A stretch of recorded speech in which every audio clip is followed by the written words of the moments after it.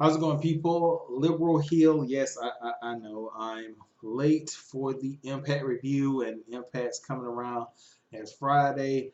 Hopefully, I'll get that one to you guys a little bit earlier, maybe Saturday, Sunday. Who knows? Anyway, let's talk about Impact Wrestling for last week. And it was decent. There was a surprise in there that I did not see coming. And the OVE storytelling, where are they going with that, guys? Where are they going with that? Because let's just get into the show. So it starts off with Madison Rain commentating with Josh Matthews and Don Callis over the match of Jordan Grace versus Kira Hogan. And Gordon Jordan Grace wins the match with a roll up after Madison Rain interferes a little bit by getting not Jordan, but uh, Kira Hogan back into the ring after both of them had been knocked out on the outside, and Jordan takes advantage of it, or we're not really even say advantage because Kira got in a couple of kicks or whatever. It just came down to the roll up. Pretty decent match. It kind of feels like they're set up for like an odd couple type of thing with Kira and Madison, but they have no tag titles, like sort of like a Mean Girls thing or whatever, or Beautiful People. But there's, like I said, there's no women's tag title, so I don't know where they're going with this one. Um, anyway, moving past that one, right here real quick. Oh, you have Brian Cage talking about the street fight that's going to happen between him and Michael Elgin later on the show that happened, saying that he tried to, Elgin tried to put people in the hospital, and this time it's his turn to put Elgin into the hospital. Yeah. Then you have Taya talking to Rosemary about helping her get rid of Havoc. Um, Pretty much what Rosemary says is, look, I have nothing to do with this unless you're putting your title on the line. And really, I kind of want to see you get your ass kicked by Havoc. And she just goes along on her way. Johnny Bravo says, I'm gonna take care of Havoc. He finds Havoc in the back, and like he tries to sexually, I guess, bribe Havoc, and she just chokes him out and throws him against like some equipment, and then it sets up for next week Havoc versus Johnny Bravo. Don't go overboard with the intergender wrestling. Like, it's nice to dip your toes into it sometimes, but not all the time. Like every I'm not ever having two of them. Are we having two intergender matches that, like, next week we're having Madman Fulton versus Tessa, and then we're having the Johnny Bravo versus Havoc. So that's okay. Okay, I guess whatever. All right, moving past that. Oh, you had Sammy Callahan coming out, and he says, "Hey Tessa, I need you to come out here. I want to talk to you." And he basically says, "Look, I thought I was gonna walk through you, but you earned my respect, and we're both professional wrestlers. It's not intergender wrestling. It's just good wrestling." I added the good in there, but it's just wrestling. So I'm gonna extend my hand out. He didn't spit on anything like that. He just shake my hand because I don't usually do this or whatever. And Tessa shakes his hand. Then, like, Sammy Callahan, he says, "All right, I'm gonna see you at I forgot the name of the show. I'm gonna see you there, Toots." And he, with the microphone, I don't know what the hell he was grabbing. Like Tessa Blanchard has ass in the shorts, but like, what did he grab? Like, imagination or like is that because his wife's there?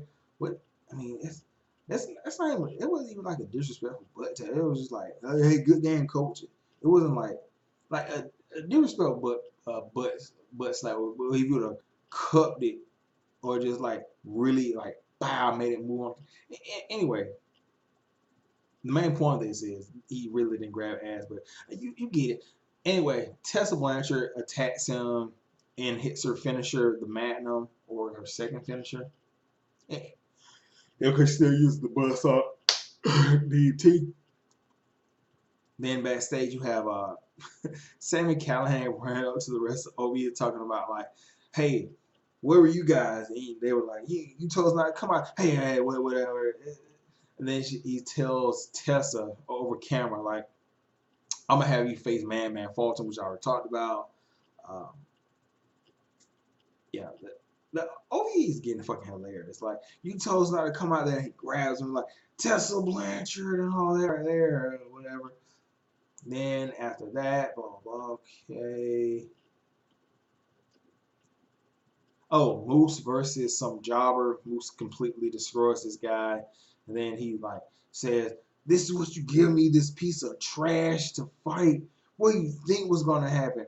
I should be number one contender, but you're doing this blase swaze, and I'm the man who put Impact Wrestling on my bag, Mr. Impact Wrestling. All your other champions have left. I'm still standing, blah, blah, blah, blah, blah." And then he powerbombs the guy on the apron. He's like, "This is your fault, Don Callis. You did this." So a new direction for Moose. Uh, maybe a path to the title. Who knows? Who knows? Then you had they had a promo with the North talking about how they won the titles, and they had All Ego being braggadocious. I love All Ego. Like that guy, I hate to say it, he doesn't look like a professional wrestler, but he is. Like, he's gotten in shape. He's a great talker on the mic. He's annoying. He's a great heel, but also he can be a great good face. The guy's a really good total package. Uh, when Don Callis also says he's a black belt in karate, I do put a little skepticism with that, because usually when wrestlers like they put out that fact like he's a black belt in karate. Look at his educated feet. Um, Nothing he's done in the ring has said that he has educated karate feet. No, by all means he may have it in real life, but I think it's also cool that that doesn't overshadow what he is, his character in the ring. Like, he's not just all ego karate guy. It's just, hey, he knows karate. That's cool too. Then you had the treehouse with a rascal. They were trying to decide who was going to face the North for the tag titles. Um, Wentz says he has Johannesburg tickets. The yours, bro. The yours.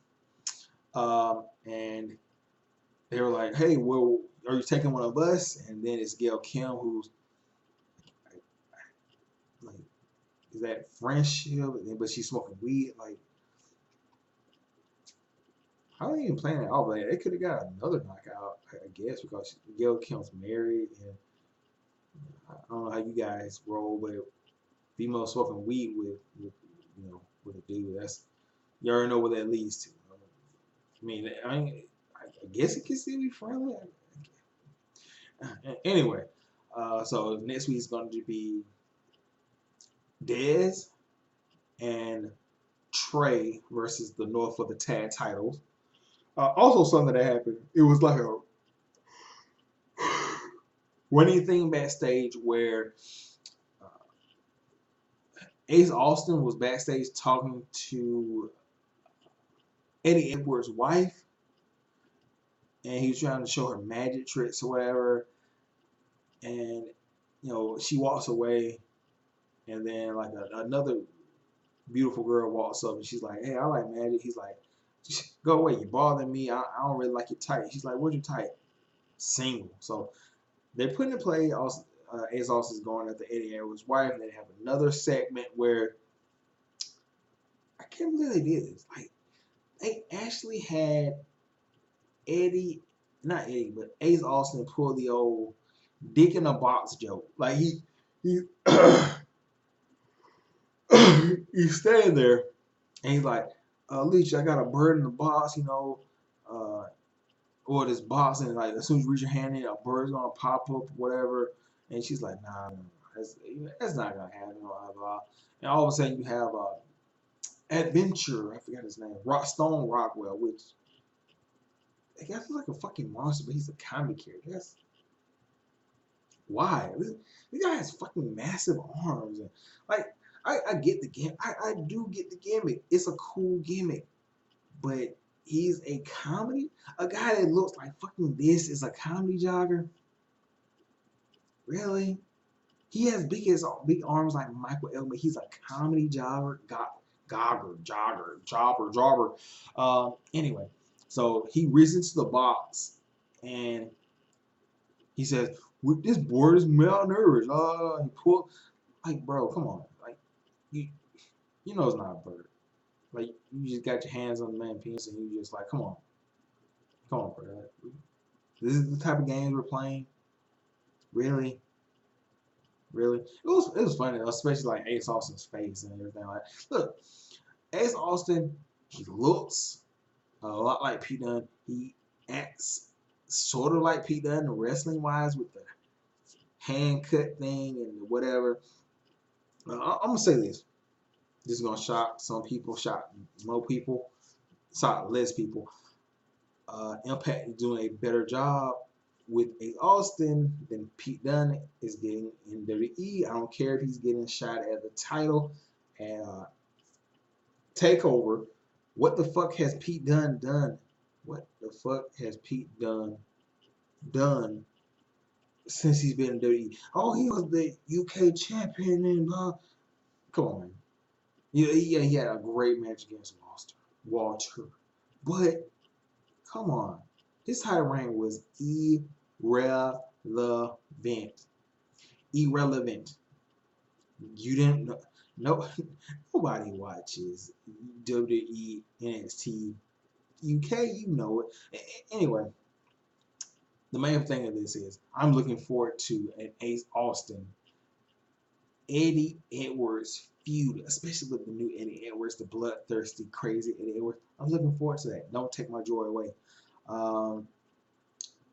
Flashback. Who gives a fuck about a flashback? Oh.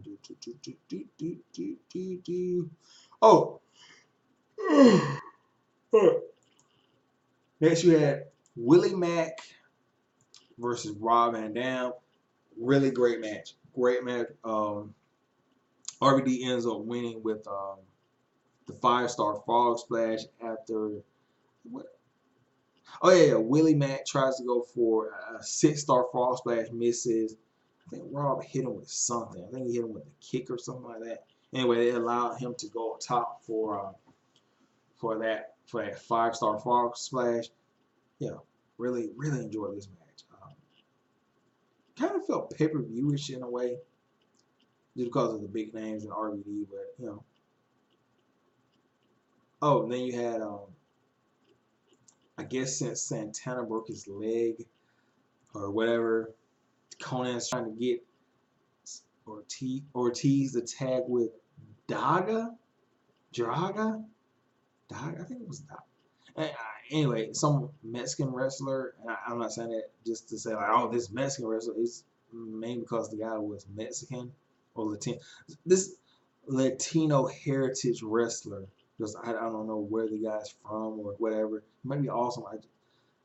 That name sounds familiar, Draga. Anyway, Ortiz says, look, you might be great, but I need a soldier, I need a killer, and you ain't that, bro. You don't look like no soldier, no killer. Has Ortiz been watching like gangster movies involving Latinos? The guy's dressed pretty much like a killer, from what I can tell. The sunglasses, tight black shirt. yeah. Anyway, then you have Michael Elgin backstage talking about how Impact Wrestling and Brian Cage are cowards because they're doing a non-title, and then he tells Cage something about focus on him, not his wife or girlfriend, who's Melissa Santos, the same one interviewing him at the moment. Um,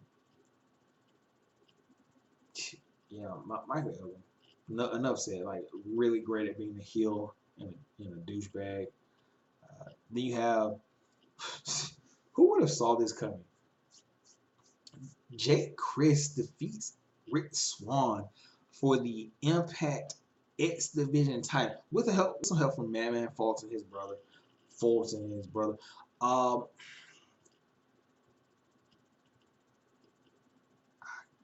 I would have thought it would his brother, but I guess since they keep putting Jake in these X Division matches, I guess eventually something was gonna break.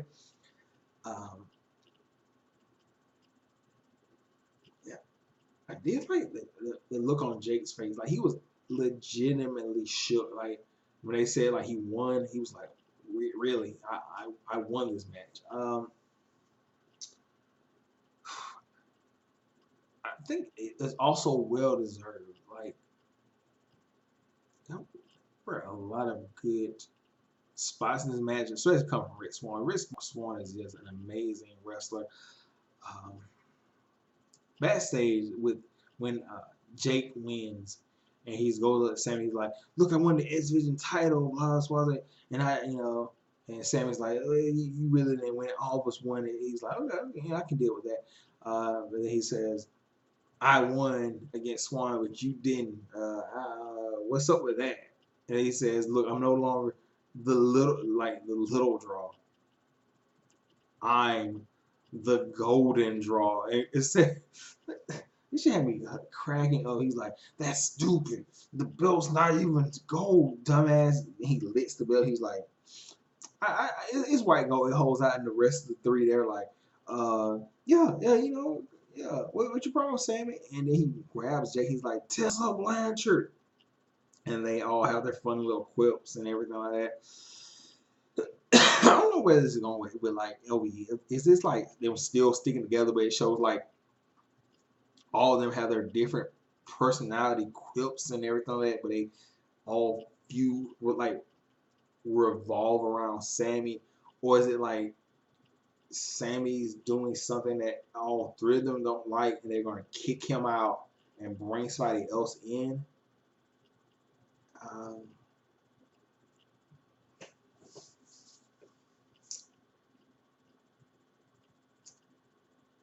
I don't know.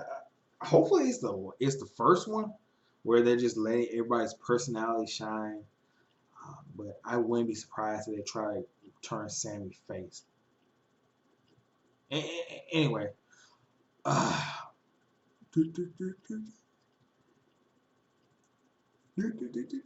final match.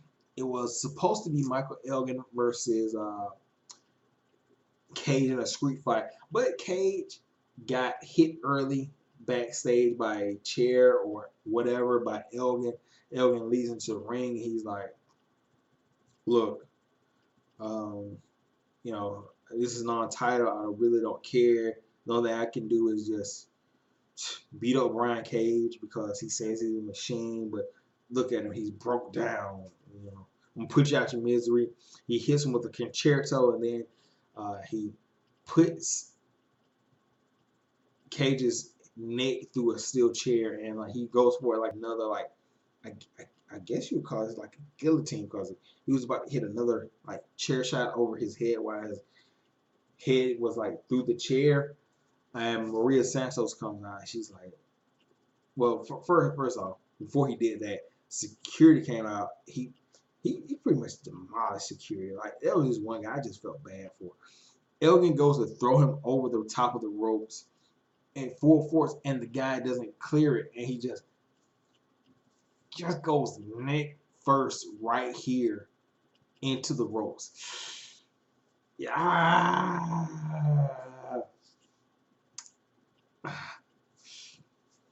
So he tells her to carry, sets up the chair, is about to do the guillotine thing. Maria comes out and she's like, "No, don't do it, don't do it, don't do it." You know, blah, blah, blah. And he's like, uh, "Get out of here. I'm still gonna do this, you know, before you get hurt."